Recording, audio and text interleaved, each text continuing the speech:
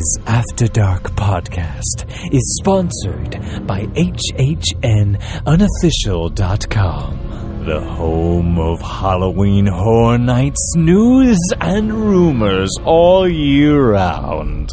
Find us on the web at www.hhnunofficial.com. So stop the fog machines and clear the cobwebs. It's time for another episode of the podcast that's nearly the same as all the others.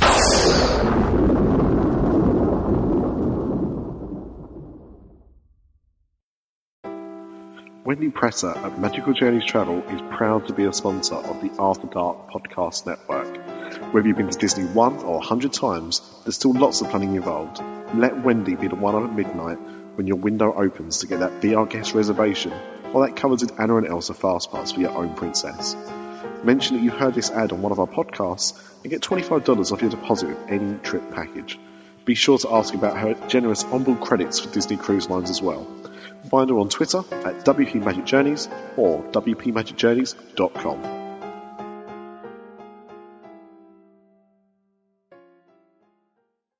Warning. This show contains childish adult content and is intended for immature, mature audiences. Listener discretion is advised. The views spoken are ours and ours alone, not those of any other bugger. If you're easily offended, we strongly suggest finding another podcast. Everybody neat and pretty, then on with the show.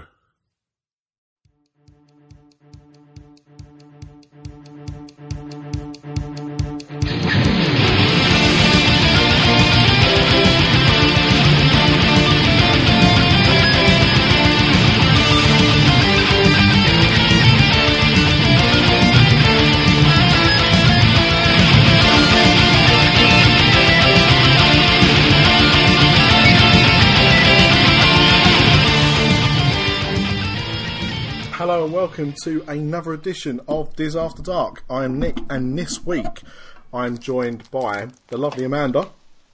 Hi. Mr. P-Dubs Paul Washington. Hello. And Mr. D, who is in the background. Hi, how we doing? There he is. Told you he was in the background. So, we've got quite... it's going to be quite a gossipy show, I think, tonight, Paul. Would you not say? Yeah, I would think so, yeah. Yeah.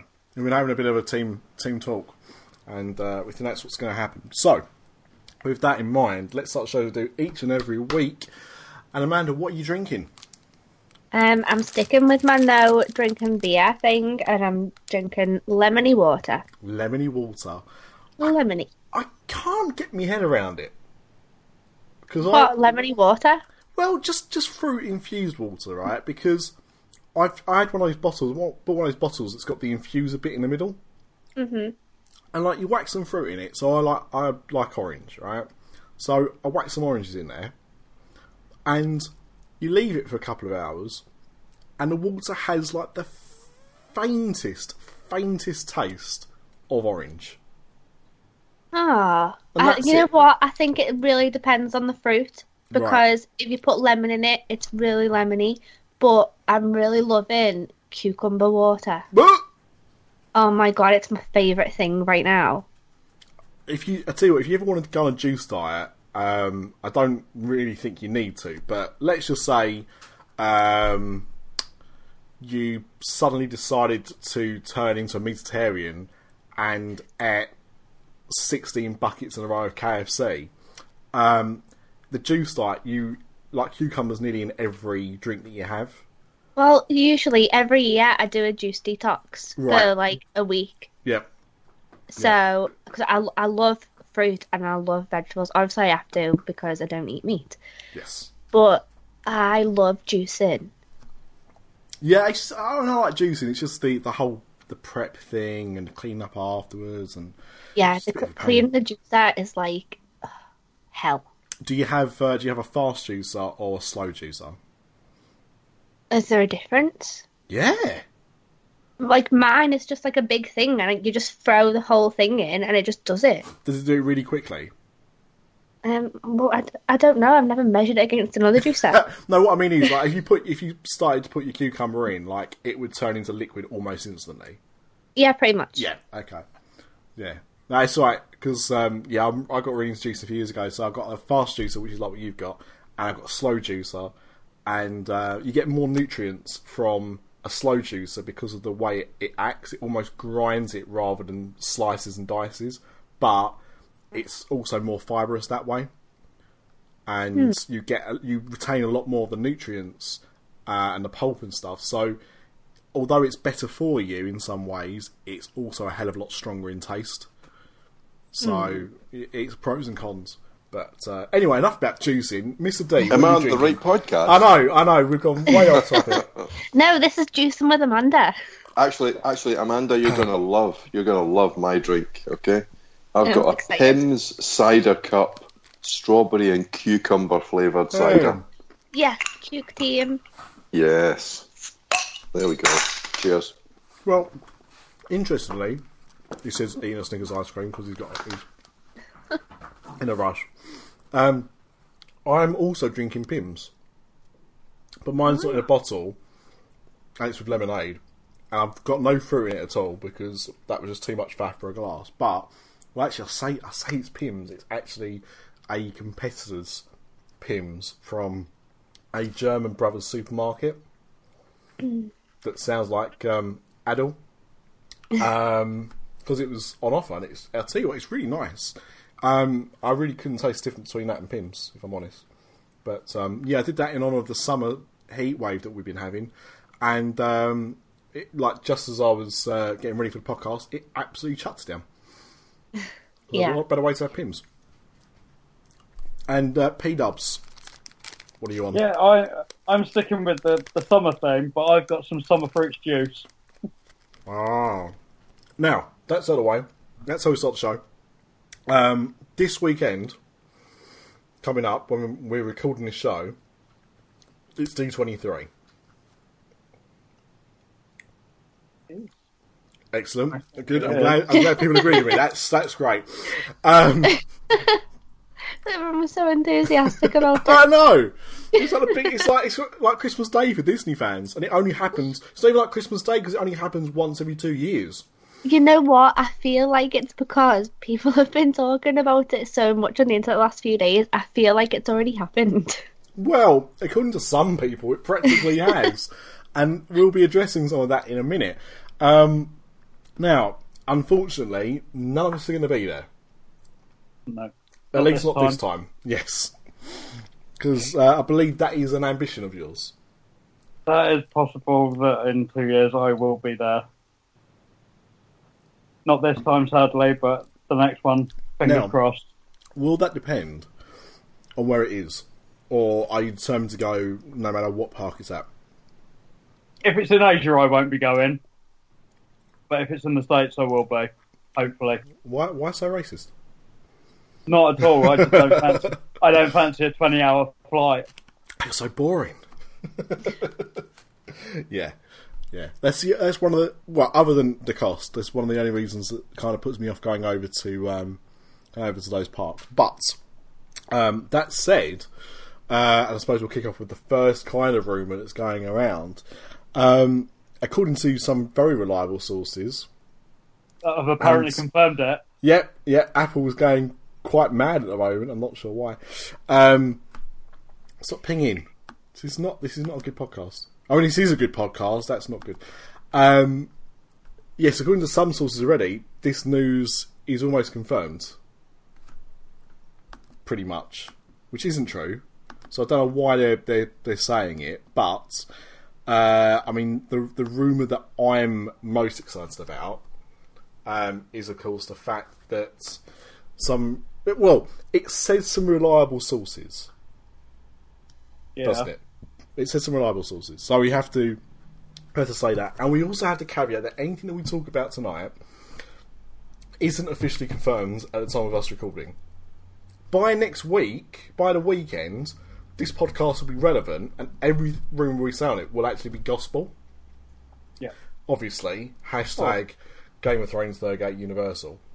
But until that point, this is still rumour because it's not been officially announced. But the plan is, according to this article that we saw, that by the 50th anniversary of Magic Kingdom, which is, off the top of my head, 2021?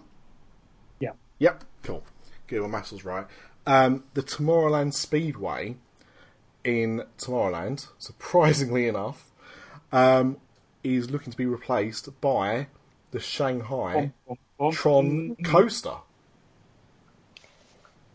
Now, obviously, this makes me very happy for a few reasons. One, I love Tron, and I'm glad it's getting some recognition in the parks. Secondly, it's one less reason that I need to go to Shanghai. Which is the other thing. Because, again, like Paul, it's not the easiest part to get to for us.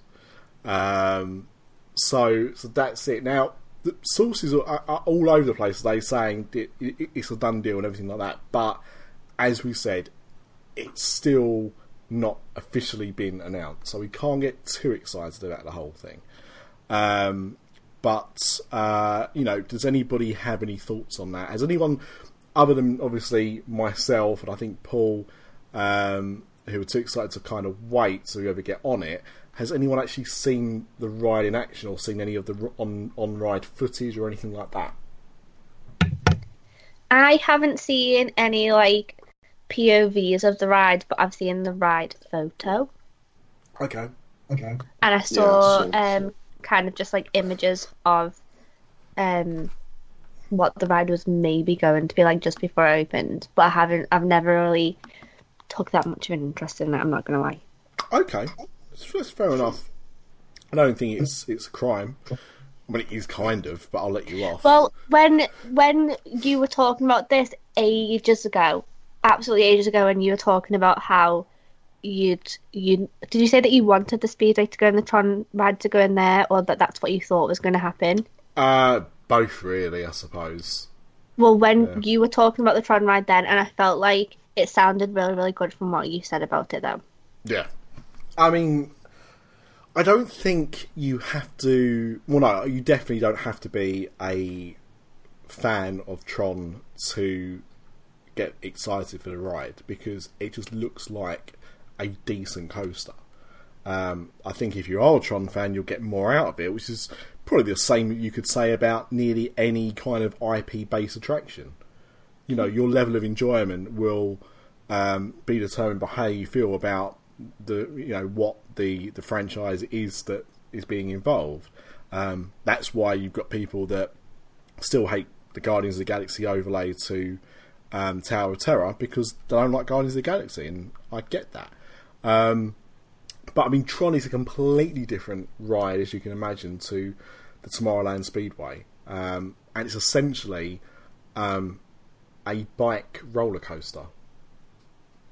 So you ride on the light cycles that you see in Tron, or a version of those, and you sit on them on the vehicles as if you was riding a motorbike. I think it looks really cool. You know, I always try and be positive about anything new that the parks are doing, unless it's like Tower of Terror and Guardians, as much as I love Guardians. But I feel like this will be fantastic for Magic Kingdom. Yeah, I mean, does anyone here... So let's just say that this has been confirmed, right? Even though we know it hasn't at this time. But does anybody hear that news and is sad that the Tomorrowland Speedway is going? Yeah, I don't feel sad that it's going. I'm kind of like, oh, that's a shame, it's been there for a long time. That's my feeling on it. Like, I'm not bothered really that it's going. Yeah. It's always just a little bit sad when something that has been in the park for such a long time goes. Yeah, it's one of those rides, isn't it, that's been there forever, that you kind of go, oh, it's there. And it's kind of, that's it. It's been there, and that's what you expect to see there. Mm. I don't think it's so much of a loss. I think it's just been one of those permanent fixtures. Yeah, and I don't think it's. I mean, it's a bit different from something like Pirates of the Caribbean or Jungle Cruise. I don't think it's got the sort of story and the characters that, and the connection to it that some of those rides have got. I think it's had its day, really, and I tend to be a little bit of a kind of old-fashioned traditionalist on these things, aka Tower of Terror, hands off. But But no, I think Amanda summed it up really. I think, shame, but if it means we get something like Tron Roller Coaster in Tomorrowland, which I think it needs it, and I think it would be, in keeping with the theme, which is great, that they're actually maintaining the Tomorrowland theme, then I'm all for it.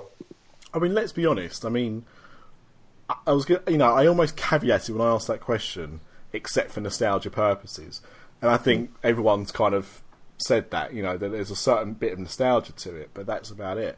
But we went on a Tomorrowland Speedway the first year we went to Florida, and we never did it again because we almost felt like you've been there, you've done it. And I was saying this on the group today when Alex, was it Alex? I can't remember. So whoever posted the article first, so apologies, I should have researched better. What I said was, being that I go to Disneyland Paris so often, compared to Florida, that we've got Autopia there, which is, extremely similar to Tomorrowland Speedway. I think the track layout's a bit different, but the experience itself is pretty much the same. And I can't remember the last time I've done it. It's just, I remember the last time I did it. Was that because it was last holiday, or? No, well, no. I think it was the one before that. But the reason why I remember it is we just got in the car, and it literally took off, and the heavens opened. Oh no! And let me just tell you, in that little open top car, it becomes an awful long ride. I mean, we literally got back, and it was like mobile jacuzzis. They were just full of water. We were soaked. Was it like an 80s foot spa? Something like that. Yeah. I mean, it takes up a lot of room as well. That's the other issue with the speed.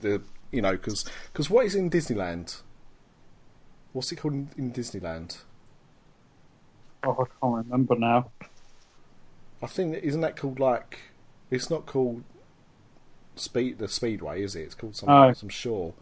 I don't think any of them are the same name as in the other parks.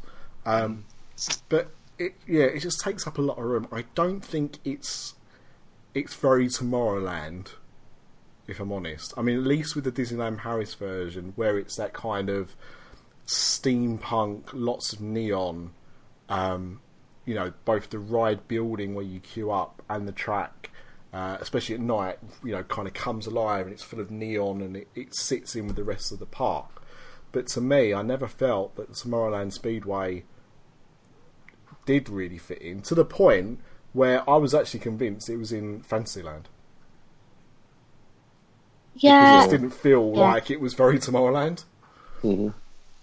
It's actually called Utopia in Disneyland. Oh, is it really? Yeah. Oh, I lied then. So it is. Fair enough. I just knew it wasn't called Tomorrowland Speedway. I just thought it was called something else. Okay, so they use the same name. And also as well, I imagine it must cost quite a bit to run because of the cars. Yeah, and it's not great from a, I guess, pollution point of view, yeah. Mm. Yeah, and see, Disneyland have changed theirs. Theirs is electric now. Oh, is it? Yeah. Interesting. I think Paris is still gas. Yeah. They've had a few accidents as well over the years, haven't they? There's been cast members had their legs broken and things like that where they got in between cars. Well, that's just silly. No, I don't mean though. I've seen a few hairy misses like that. Mm-hmm. But yeah, I mean, well, actually, the first time I ever went on it, when I went on Autopia, when Euro Disney first opened, I actually hurt my hand on it, and that put me off going for a while, because obviously you steer the car, but you don't steer the car because it's on that track. So if you do kind of go the wrong way, the steering wheel, it will naturally turn the way that it needs to. And I'm not sure how it happened, but we was going around a corner and I hadn't turned the steering wheel quickly enough, and it just kind of shot, just span in my hand, and I really hurt my wrist. And I just like a sprain. It was nothing, I didn't do anything serious to it. But at that point, that kind of put me off going on it for a while. So I can see how people do get injured on it. Yeah, right. Admit it, Nick. You were trying to get it to jump the track. Well, yeah, obviously that's what every 9-year-old wants to do. I just thought it was my own kind of Hot Wheels track or something. But so I obviously would prefer to see a Tron coaster there. I think it fits in better with the theme. But yeah, I'm just not. I'm not going to miss it. And even if it wasn't Tron coaster going in there, I think because it's on such a big piece of land, it needed to be replaced at some point, and with something decent. You can't just take all that land and put something small on it or something not very interesting. I think that coaster blew people's minds when it first opened, and it was a natural fit for it to come over, especially as well considering that Disney, like Tron, is Disney's bastard, redheaded stepchild. They don't like it. They try and distance themselves from it. So that's how good the ride is that they're still looking to do that. So yeah, but I'm very excited. If they're going to bring it from Shanghai, so they're just going to do I'm assuming just a straight copy of the ride. Yeah. And they're saying that Speedway is going to close next year. Yes. Why will it take 3 years to build it? I don't think it's going to necessarily take 3 years to build. I think it's more that it's going to be open by the 50th anniversary. So it's not to say that it will open in 2021. I think it was more it will open by 2021. Okay, that's good then. Yeah, I mean, it'll be open. It looks like it'll be open 2020 at some point. Yeah. I think they're looking for something to follow up Star Wars Land. Yeah, they'll want to have something there in time, as you say, for Star Wars Land to kind of try and reduce the queues a little bit. And also Tomorrowland Land is probably the most lacking in decent attractions. Anyway, what else is in Tomorrowland that's decent? Space Mountain. No. Yeah. It's iconic, but it's not good. It's good. Yeah. We've been through this, it's good. We can go for it again. We'll go for it as many times until you understand that you're entitled to your opinion, but it's wrong. We can go this on. It's fine. Other than that, though, there isn't really anything in Tomorrowland. Buzz Lightyear Space Ranger Spin. Yeah, but that's a bit dated as well now, not really. Yeah, it's good, but yeah, that's. I mean, but who wants to go on that more than once a trip?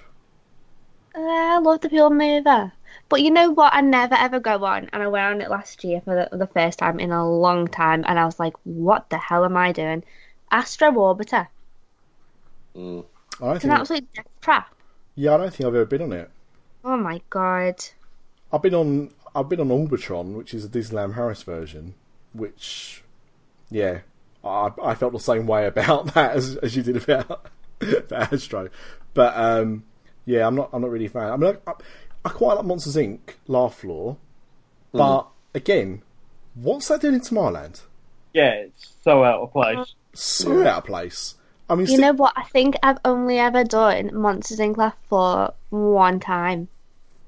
Oh, it is good. I mean, it's if you get a hot day, it's a nice place to sit in for 25 minutes. I would rather go in Carousel of Progress. Oh God, no. Yeah. Can't. Oh, it just does my nothing. If I'm too hot or it's raining, that's where I go in Magic Kingdom. Yeah, if Craig wants to snooze, that's where he wants to go as well. Sorry, Paul, what was you saying? That's like saying you'd rather go and do Ellen's Energy Adventure. Yeah, well, that's 45 minutes, not 25. Which actually takes us on to the next bit. Well, Good we love a segue. We love a segue. Yeah. So the next one, obviously, the confirmation that the Tron coaster is going into Tomorrowland. Looks like that now confirms that Guardians will be going into EPCOT. Which means it isn't coming to Tower of Terror. Yes. Yes. Double yes, because I love Guardians now.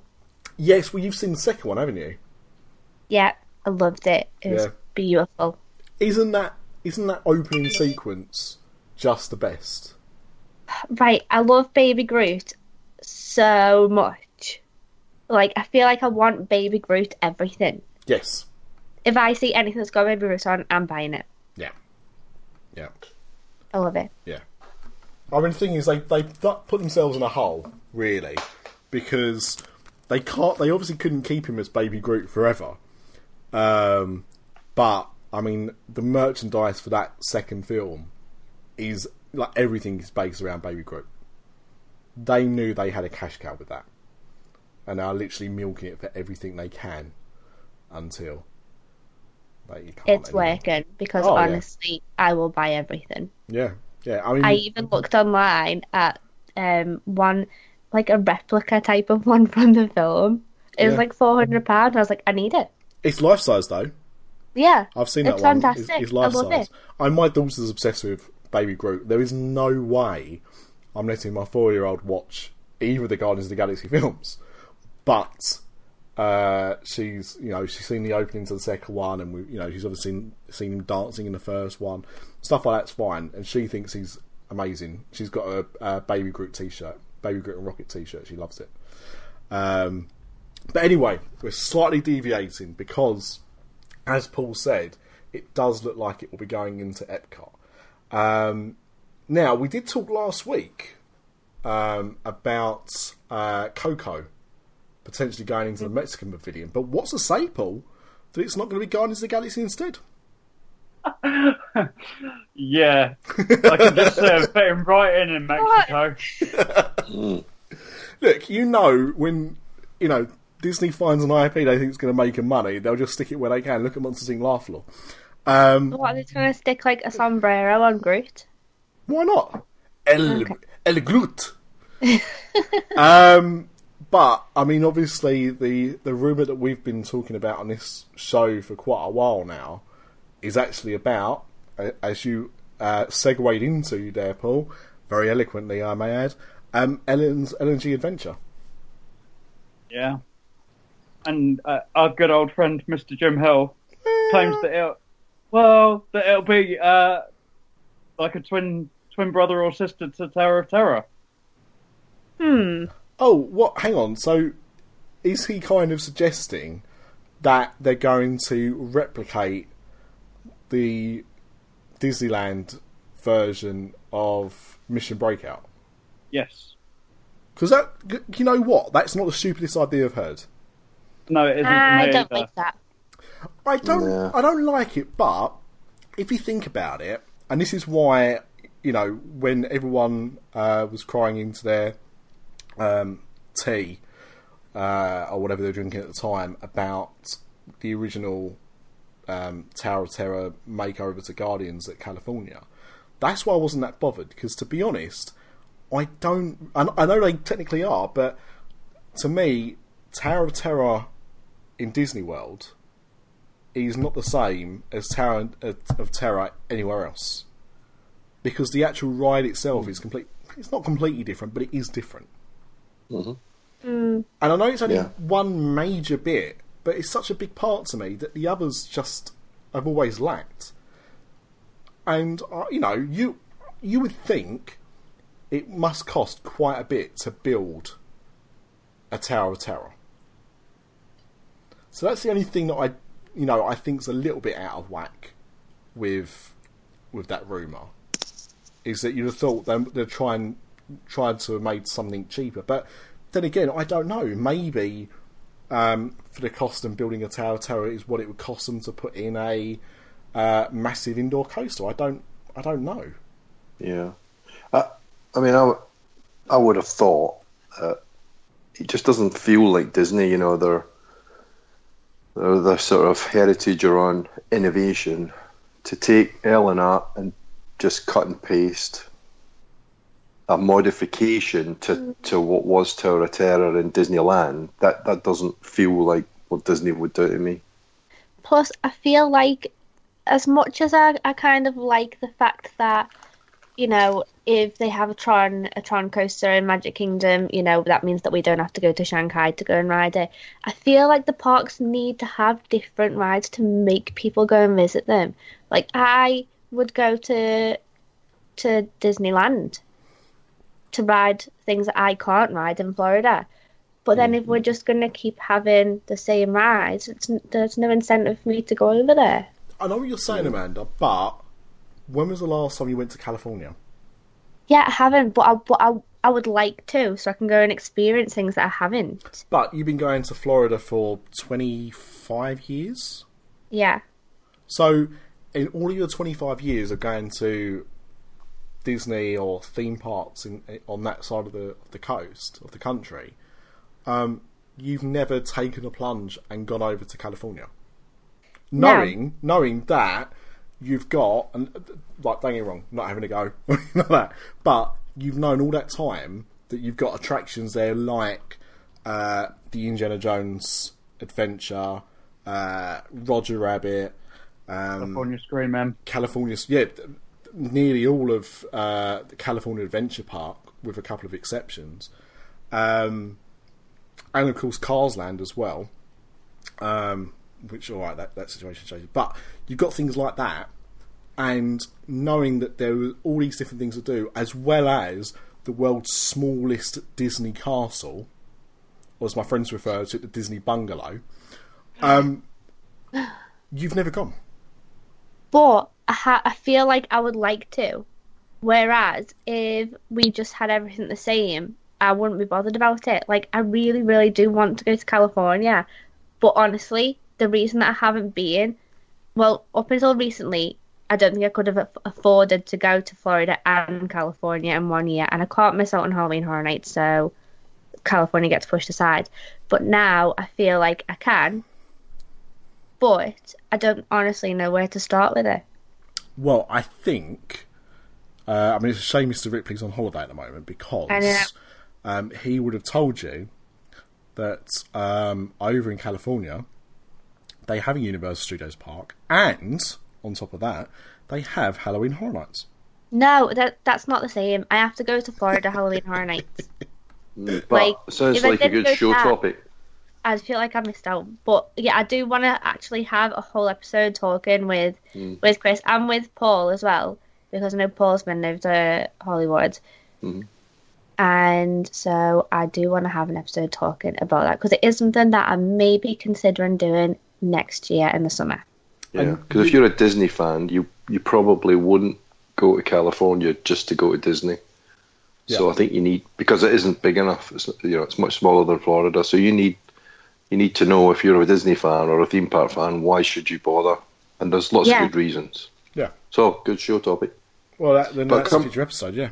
Yeah, but coming back to the point we were talking about Guardians of the Galaxy, another reason why I just don't think that they would cut and paste what they've done in California is you've then got two attractions in Disney World which are similar, so because you still have the original Tower of Terror, and you're going to have this made over Tower of Terror, Guardians of the Galaxy made over Tower of Terror. That just doesn't feel like Disney to me. I don't think they would do that. I think it's an opportunity for them to build something else, which, as Amanda says, then it's different from everywhere else. And it gives them a big headliner attraction for EPCOT, which I think they need, in addition to Soarin' and Test Track. I think they need something else. That's it, and I feel like this would kind of be their opportunity to make something fantastic. Something where they don't have to rely on screens, and they don't have to rely on working on like a building that's already there. They can completely get rid of everything and start fresh and make it something fantastic and original. Alright, well, on that note then, Amanda, you've got carte blanche, right? And I'm not talking about those teddy bears you used to get in Clinton cards. We take out Ellen's Energy Adventure, it's levelled off, right? You've got this massive plot of land. You've got as much money as you need to put in the ride that you think that deserves. What do you put in? Right, I was thinking about this a few episodes ago, actually, when we were talking about this as well. I'd do something where it kind of has the technology of what's the ride called in Cars Land? Radiator Springs. Yeah, Radiator Springs, where you could kind of have it like that, and you could have the spaceships that they have. But then it could also maybe go into a roller coaster. but a family roller coaster. Okay, so you mean because what I think is good about the Cars attraction is that you've got these. In some ways, it's a bit like a dark ride. You've got these nice scenes leading up to like the main event of the ride, as it were. So, okay, yeah. Yeah, so it could be all like that. They could have all the characters in there, all the big massive scenes from the 2 films. I think that would work. And you could even, if you're doing it like that, maybe simulate a kind of Tower of Terror type thing. So you could simulate drops if you're going to do like the collector's bit. Okay. You could do anything. You could literally do anything. What about you, P-Dubs? See, I think they're going to stick with it. I have to be honest. I think that design is now there, and I think they're going to use it. My thing is that area is a lot bigger than the Tower of Terror area, so I think they may expand the Collector's Museum. Right. And it becomes more of a walkthrough attraction as well. Okay, yeah. Possibly as a separate, or even a separate attraction, where you walk through more of his collection. But I think they're going to stick with what they've already done. But if you could do anything in there with that, if I could do anything, yeah,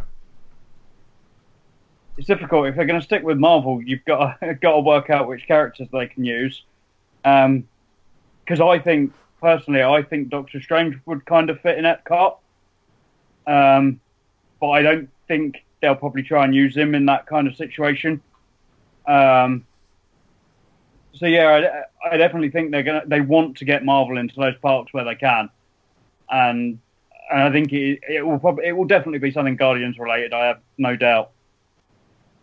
Well, actually, I've just had a thought, because I just remembered that at Alton Towers, there's a roller coaster called 13 that has a drop, like a floor drop.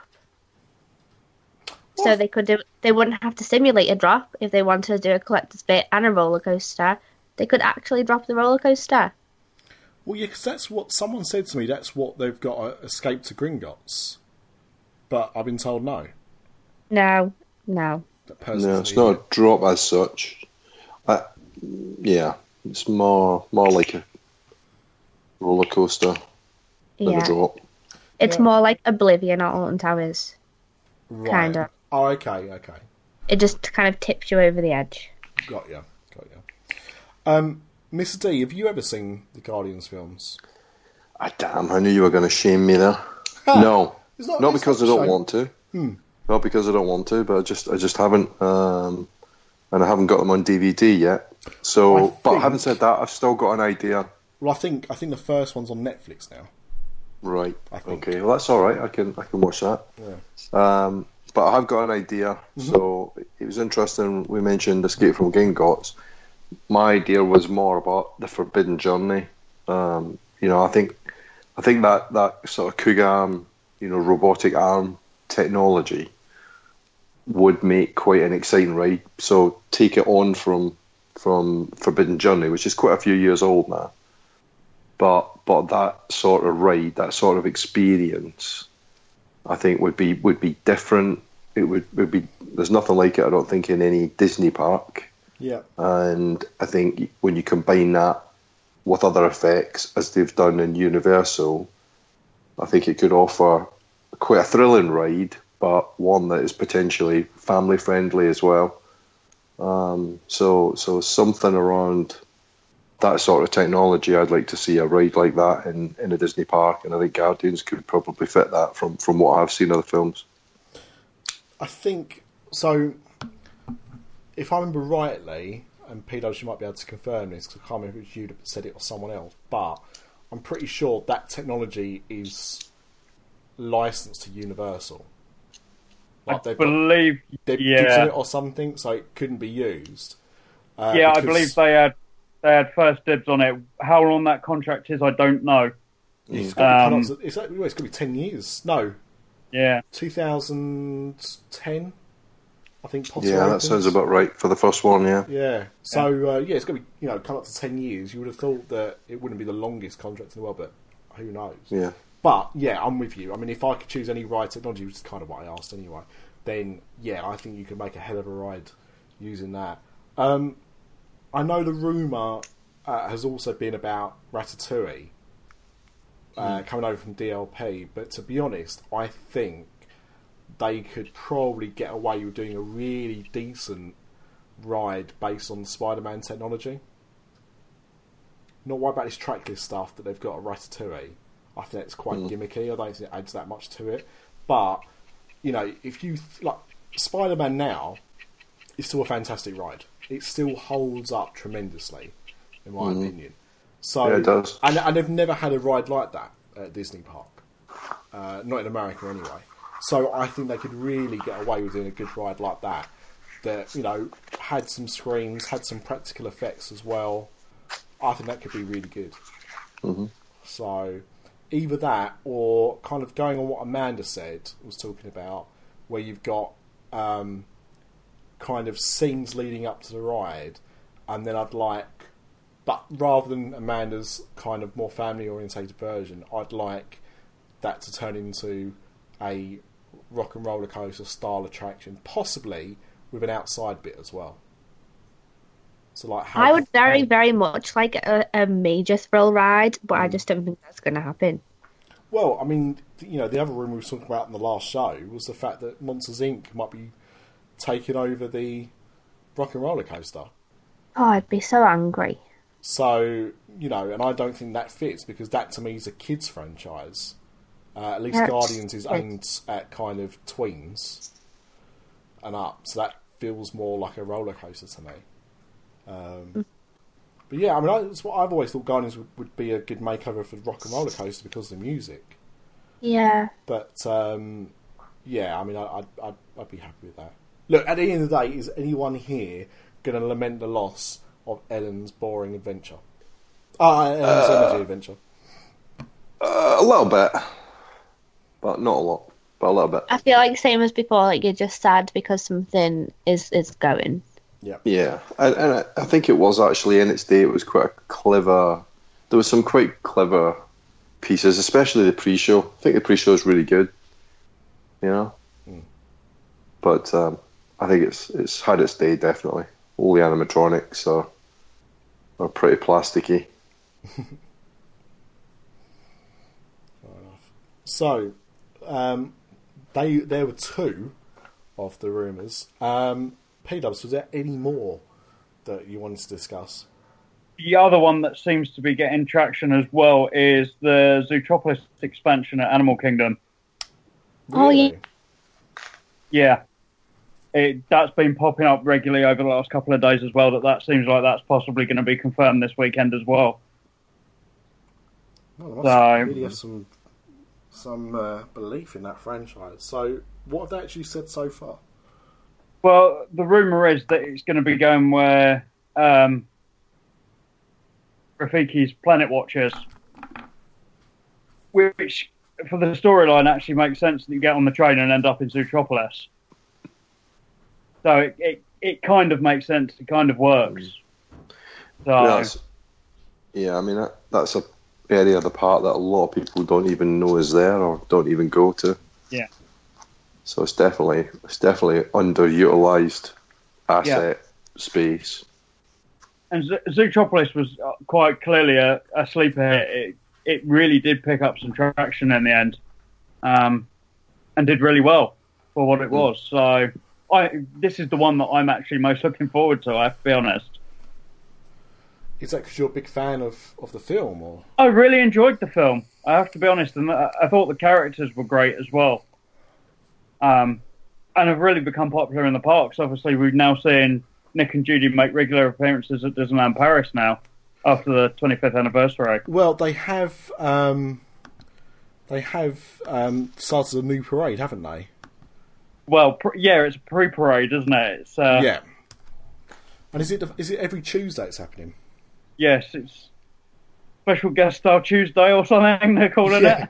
Yeah, something like that. But yeah, Nick and Judy were the first two to make an appearance in that pre-parade, so they definitely seem to be picking up fans. I mean, I just think, because I've kind of seen it once. I'm unfortunately at that stage in life now where my kids watching it I'm not able to watch the film myself and kind of appreciate what they're doing. So I just kind of get bits and bobs of the film. I don't sit there and watch the whole thing because they're normally asking questions or something, so I just don't pay attention, knowing that at some point I'm going to watch it in its entirety. So I've kind of seen it, I think I watched it all the way through once. I thought it was quite good. I mean, they were definitely getting a message across there. Yeah. I mean, they use a sledgehammer to get that message across, but it was definitely there. So there was that, I suppose. But yeah, it just I'm surprised they haven't announced a sequel that I know of. They haven't announced a spin-off like they did with Big Hero 6. I just think it's a big leap to take with a film with just one film under its belt. Hello, Avatar. So maybe it's a theme. Yeah. Maybe it's a theme. I think they still see Animal Kingdom as a park that isn't a full day. And I think putting in a newer film that obviously has fans is going to keep people around. I think the problem is that they're finding people are leaving during the day and coming back rather than staying there all day at the moment. Okay. So I think they're kind of looking for that afternoon crowd as such. People who do the animal bits during the morning, or maybe go and do Pandora in the morning as well. But then they're kind of leaving during that afternoon period and coming back in the evening for Pandora again. So hopefully being able to put people on that train will kind of keep them in the park. Whereas at the moment, quite clearly, Rafiki's Planet Watch isn't keeping people in the park. Well, no. Well, there's not much, is there, that is. Let's be honest. So yeah, I mean, it definitely needs new things, and as popular as Avatar's been, at the same time, you do have to wonder how long it's going to keep up the momentum for. Because, everything was popular, when it first opened, but how many attractions are still as popular as they go on? There's always that initial rush to go on it as soon as it's there. I mean, look at Star Tours 2, for example. Yeah. I'm not saying it's going to be as bad as that, but look at Star Tours, or even like Star Tours 2 or Star Tours, and both of those used to get massive crowds. And Star Tours the last few years, definitely, I never saw it with more than about a 20-minute wait. And then you've got Star Tours 2. When it first opened, you were queuing for hours to get onto it, and now, what is it, 10 minutes? Yeah, Disneyland Paris with its brand new version of Star Tours 2. I don't think I waited more than 20 minutes in Paris. Yeah, and that's just opened up. Yeah. So I mean, that's even worse than that. And I will say, I suppose, it's relatively a good loader. Because the ride vehicles take quite a few people, and there's 4 or 5 of them, isn't there?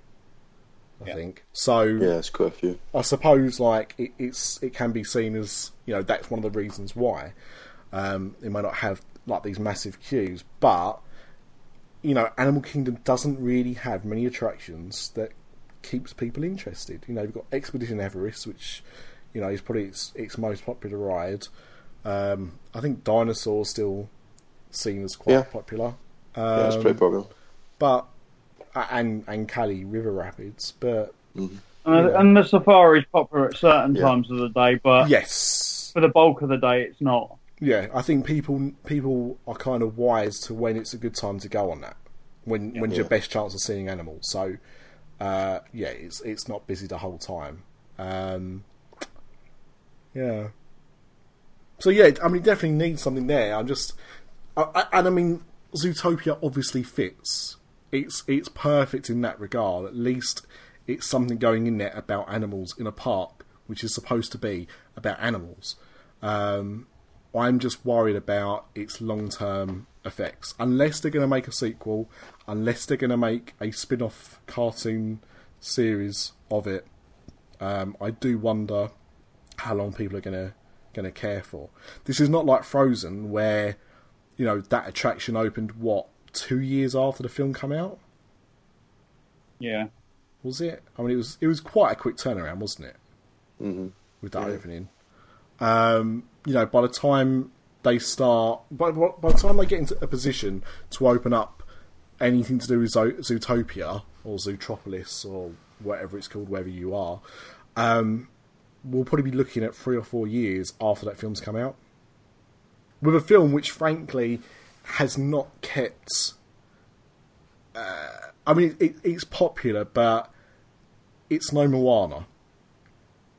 Like, you don't see Zootropolis merchandise in Disney Store now. You know, you still see Frozen merchandise everywhere, and you still see Moana merchandise. And actually, I'm seeing more Moana merchandise coming out now, which is quite unusual, because Frozen's probably the last Disney film that I can think that happened with. Yeah. Everything else, like Big Hero 6, Zootopia, Zootropolis, Princess and the Frog, Rapunzel, they're franchises that stuff came out with the film, stuff was still out when you could first buy the DVDs, and after that, it's been drips and drabs. The odd cuddly toy, the odd doll, that's about it. You know, I think other than like the main characters you can probably buy as plushies, what else can you buy now that's Zootopia related? Yeah, no, totally agree with that. But you've got to, at least, as you said, Nick, they're putting it in the right place. They're not just trying to shove something in Animal Kingdom for the sake of it. Yeah, and that is obviously the big positive. But I think Disney should really think about what they want to do with that, because, like I said, there's not, you know, why could they not do an animated series in that? And maybe we'll get that announcement this weekend. It might well be that's going to tie in. And that would be perfect synergy, because, I mean, I'm thinking, do you remember Bonkers? Yeah. Bonkers the Bobcat. Now, I was convinced when I was a kid, and I still am, I've never looked it up, but I was convinced that Bonkers was a TV spin-off that should have been Roger Rabbit, and only wasn't because of the licensing issues. You know, the whole Amblin Disney who owns what piece. Yeah. Because it felt very much like Roger Rabbit. You know, he was kind of zany, and it was like, you know, an animal with a real human carp and all this kind of stuff. But you could probably do a similar kind of TV series like that, where they now go and solve crimes. Yep. You know, and I think that could work. So... Well, actually, we're saying this before the announcement, so maybe Disney will listen to this and go, shit, you know what, he's right. We haven't actually thought about this properly. Let's announce a cartoon series, and it'll all be down to this podcast. Yeah. But you can have it for free. We're not gonna charge you for it. We're not gonna charge you. Right, was there any other rumours? The only other one was kind of tying into what we spoke about last week with the new pavilion. It's now rumoured there's possibly going to be an announcement on 2 new pavilions. Wow. So you've got to assume they were probably the 2 that we spoke about most last week. That it'll be Brazil and Spain. Yeah. Still don't get it. I get Brazil. Yeah. I'm not sure I get Spain. No. That's the one that I don't get. Although, as Paul pointed out last week, you know, they have got a new film that's going to be set in Spain, so maybe that's their thinking. Yeah. Maybe it's to appease the fact that they didn't open Disneyland Paris in Disneyland Spain. You know, possibly. But or it's just to fit another IP in. Or it's just that. It could be that. Not that we'd be that facetious, but no. I mean, I think it's going to be a big D23. I think there's a lot of things that are going to be announced. I think potentially they're going to be things that are going to kind of change the parks a lot more than probably anything else. And I'd like some announcements outside of the parks. Don't want it to just all be about the parks. We could have, of course, see the announcement of a Filmation about the redhead as a pirate. Oh, sorry, they've already done that. You've not pre-ordered it yet, Paul. I haven't. Do you know what? I saw it. It pops up on the Disney Parks blog, and I've not seen anything about it since.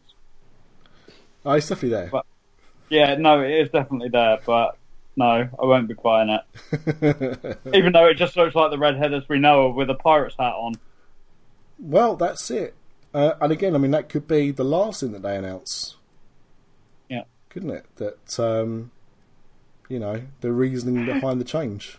To top off the parks panel, they'll announce why they've changed her. Just as the power's cut, the microphones are switched off, the lights go out. Yeah. And then Bob Iger disappears. A cloud of smoke like a villain. Yeah. So, was there anything else that anyone really wanted to talk about? There's something that I was going to talk about, but I'm prepared to go last if there's other bits. No, I'm good. I had one more bit. Something that's actually been confirmed. Paint the Night is returning to Disneyland. Oh. But it's moving. It's going to be in California Adventure from now on. Oh. Due to the fact that Fantasmic is returning at Disneyland in the next few weeks. So they believe they've got enough nighttime entertainment in Disneyland, so it'll be moving over to California Adventure. Mm-hmm. But isn't that where World of Colour is? Yes. So what's going to happen to World of Colour? World of Colour will still be there, so they'll each have 2 nighttime shows. Wow.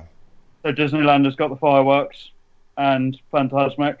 They do not care about their budget, do they? No, so California then has World of Colour and Paint the Night. Wow.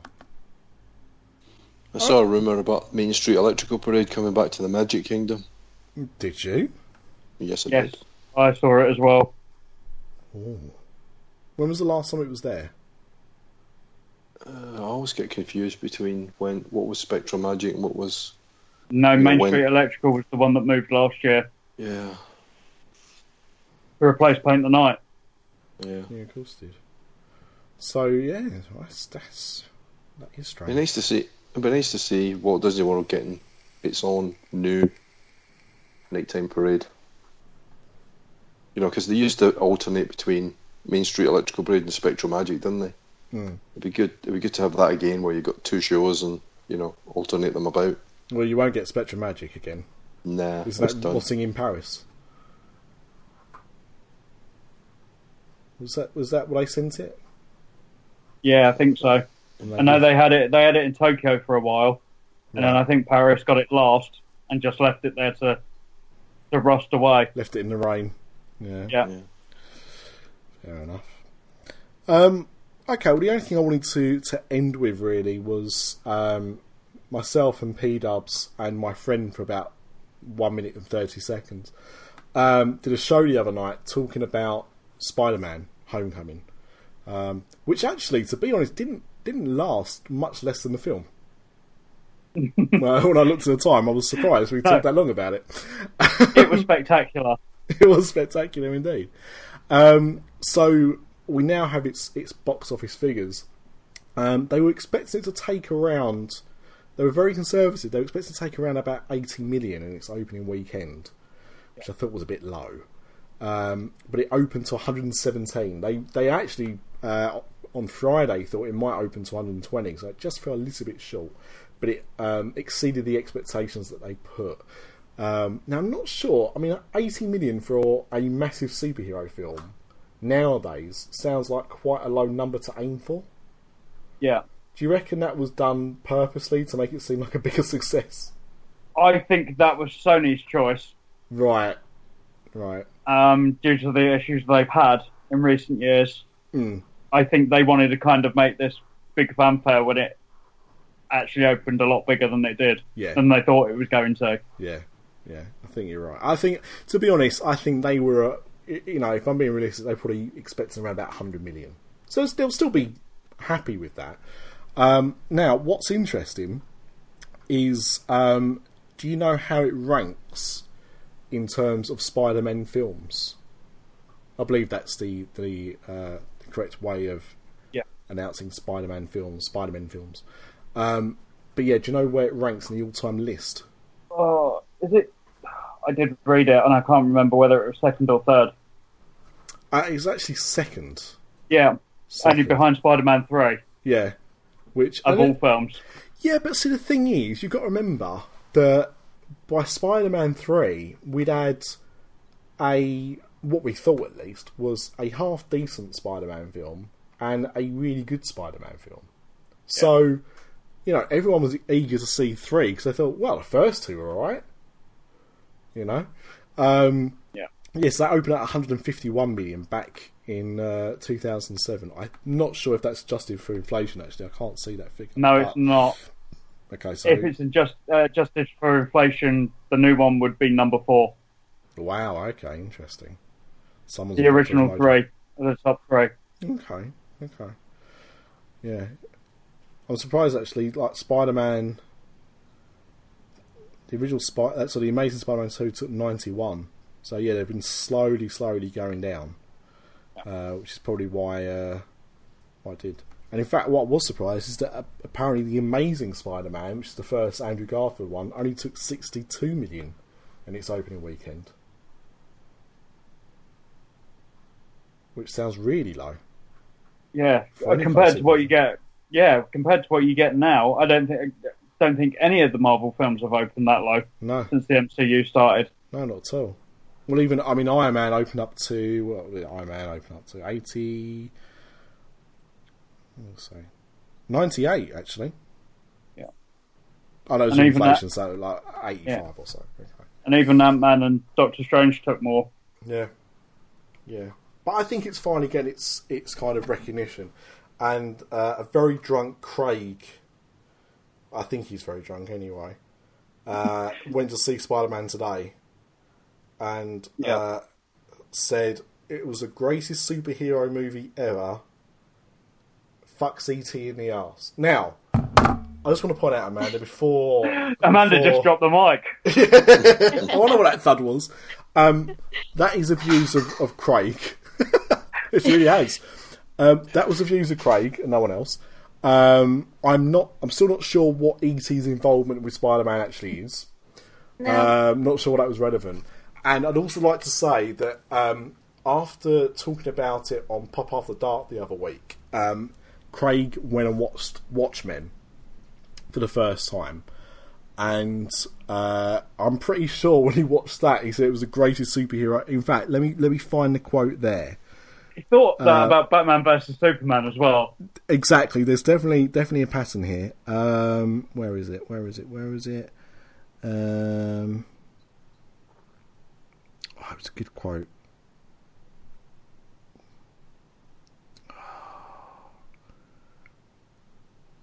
First we said it was ducking amazing. I'm assuming that was a typo.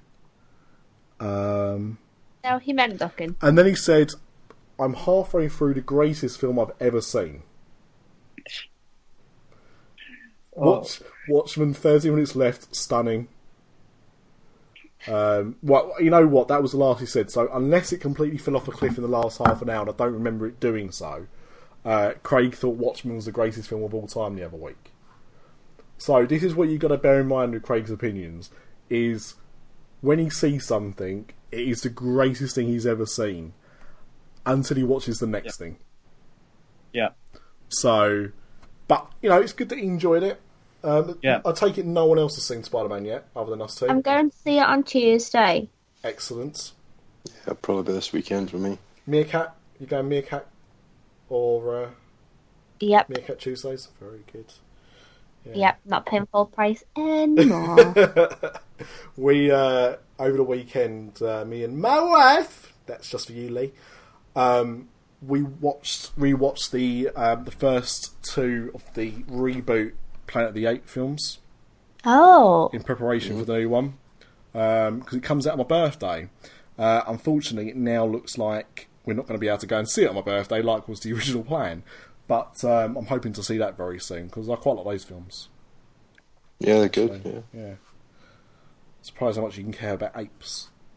But you know what? I've never really been into any of the other Planet of the Apes films before, but because I've been going to the cinema loads lately, I keep seeing the trailer for that new one, and I'm like, oh my god, this looks fantastic. Yeah. So I might go back and watch the other ones. Well, yeah, you should, Amanda. Unfortunately for you, the first one was on Saturday night on Channel 4, and the second one was on Film 4 last night.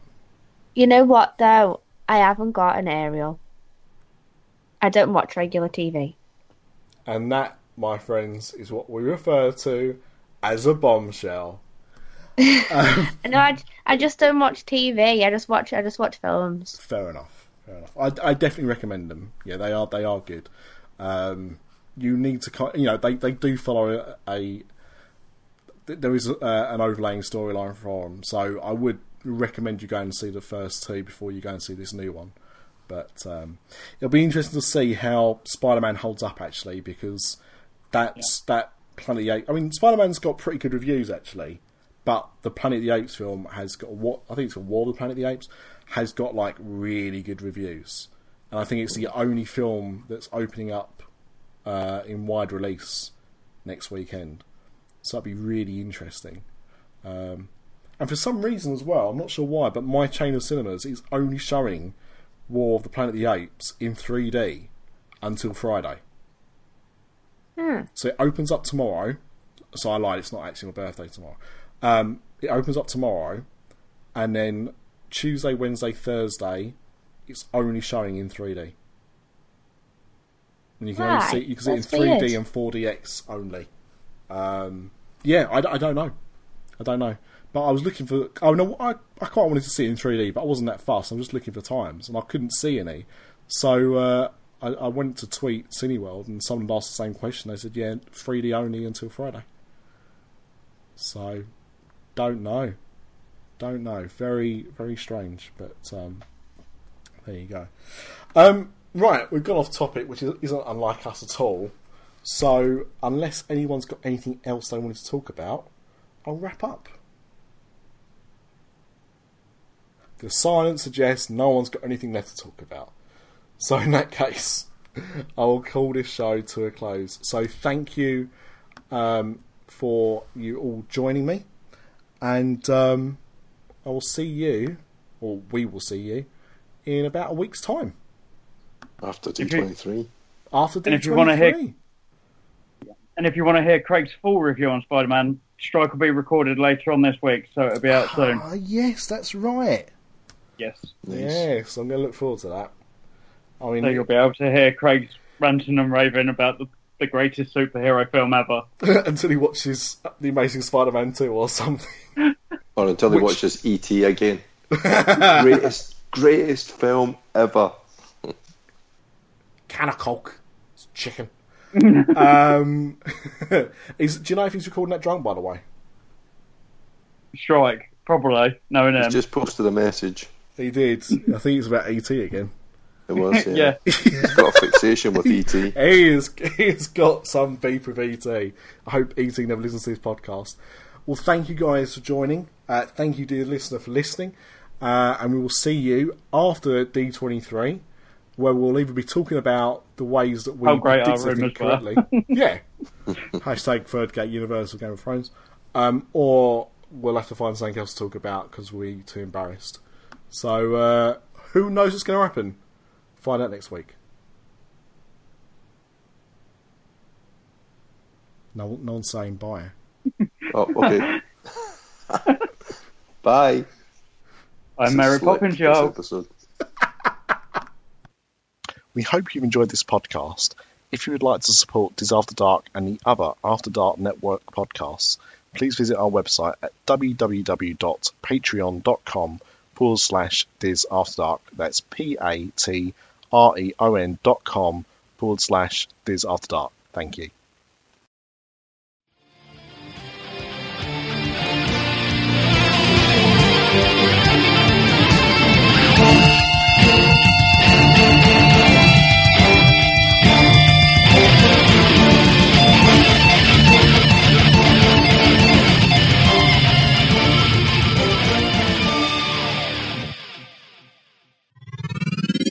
This podcast is part of the After Dark Podcast Network.